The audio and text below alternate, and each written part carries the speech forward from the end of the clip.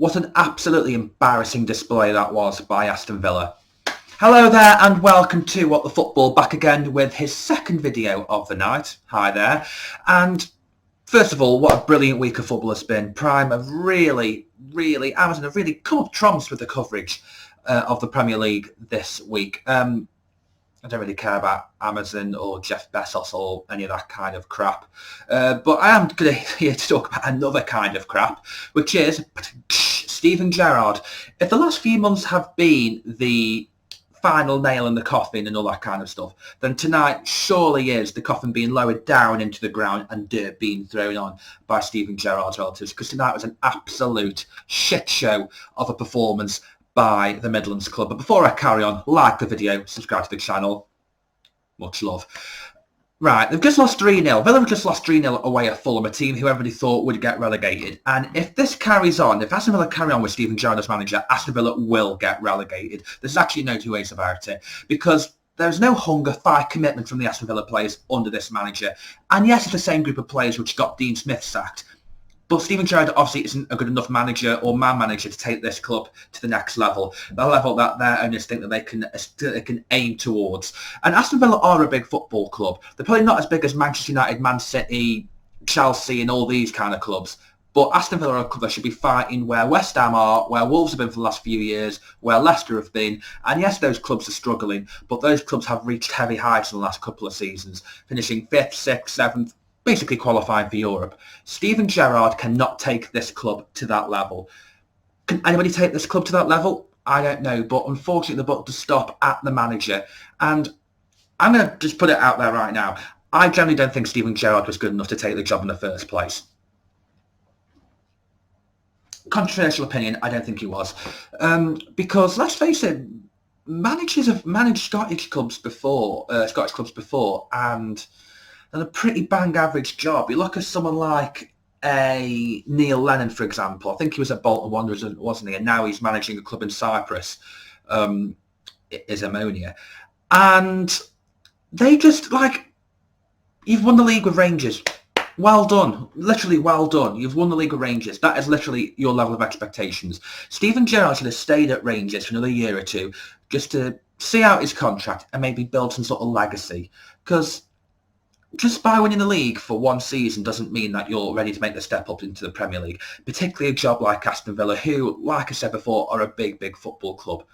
Now, I know Brendan Rodgers left Celtic to join Leicester City, and I know Brendan Rodgers won the league with Celtic a few times, but Brendan Rodgers has also got experience in the Premier League prior to him being Celtic manager. He was at Swansea, he was at Liverpool, so he pretty much knows the league pretty well, and I think it was the right time for Brendan Rodgers. Maybe could have gone at the end of the season, but it was the right time for Brendan Rodgers to leave Celtic and go to the Premier League.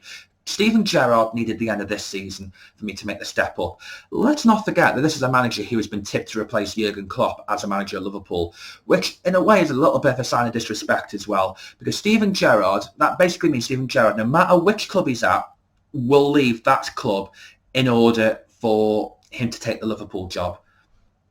It was too early for people to say Steven Gerrard's going to be the next Liverpool manager. Way too early, because Steven Gerrard needs to prove himself, or needed to prove himself, and he has not proved himself at Aston Villa. Tonight's showing was an absolute shambles, and I don't support Aston Villa. I don't particularly care for Aston Villa. If Aston Villa get relegated, Aston Villa reach the Champions League if they reach the top 4 and qualify for the Champions League, if Aston Villa win the FA Cup, I don't particularly care. But I am a football fan and I have got eyes. And I know for a fact that Steven Gerrard is not good enough to take this club to the next level. But the real question is, who is? Because we've seen it with these players before, like I just said, with Dean Smith. They beat Manchester United 1-0 away and they failed to capitalise on that. They didn't take that victory and move on to the next level. They decided they didn't spend the Jack Grealish money very well. First and foremost, they didn't recruit very well. That's the first issue. The second issue, the players that they had and the players that they bought in weren't playing for the manager. The manager got sacked, Gerrard came in. Gerrard did okay up until the end of last season, when they pretty much had a bad spell of form and started to show the signs that they might have a disappointing season. And I said, actually, I think I said in one of my prediction videos that I think Steven Gerrard and Aston Villa will underachieve, and I was fucking bang on the money, because I just did not see enough from Steven Gerrard at the end of last season for them to actually compete this season. I remember Pep saying, like, they kind of lived off this reputation because Pep Guardiola pinpointed a few managers that actually go to play Man City and actually try to play football. Jurgen Klopp was one of them. I think Graham Potter was one of them. I can't remember who the rest were, but I know for a fact Gerrard was one name that he mentioned. Gerrard's reputation was basically built on what he did in Scotland with Celtic, which, let's face it, you know, Ali McCoy did a half-decent job. Neil Lennon won the league. Why isn't the Celtic manager being tipped to take the job on from Steven Gerrard now? Because he's won as many league titles as Steven Gerrard. So I think he's left up this reputation of him playing good football with Rangers and him having a positive reaction for the first few weeks at Aston Villa for Pep to give him that kind of accolade of being a club that actually tried to play football against Manchester City, because they have not tried to play football this season, or if they have, it's not been good enough. They are poor to watch. They are dull to watch. That victory against Southampton the other week remains one of the dullest games of the season. Their best player is Ashley Young.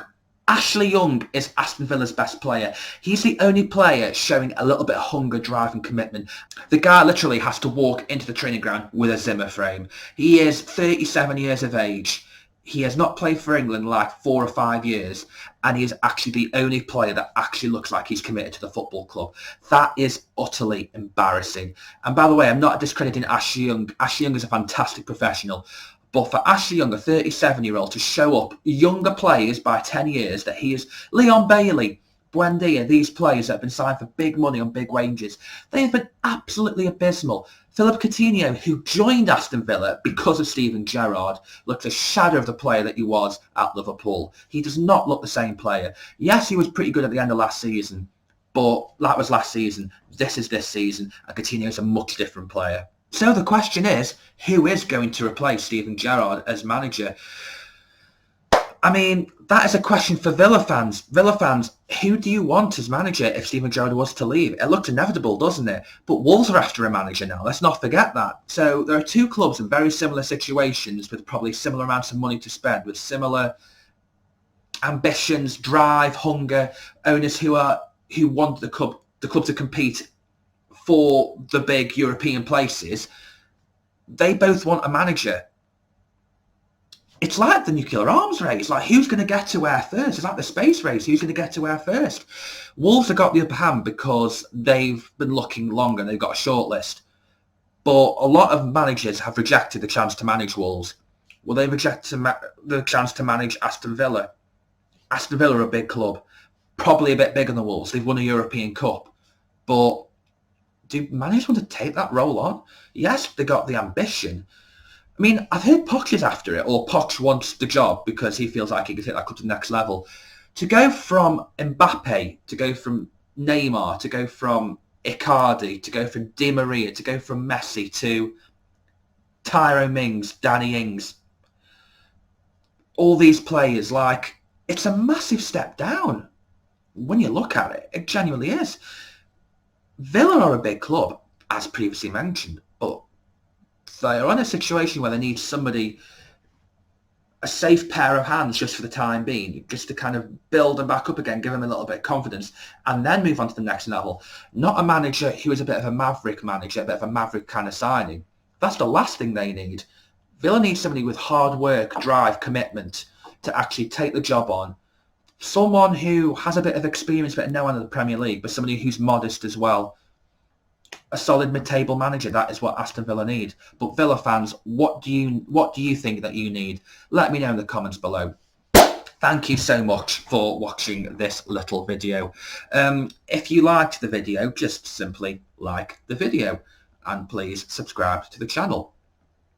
Have a good rest of the night.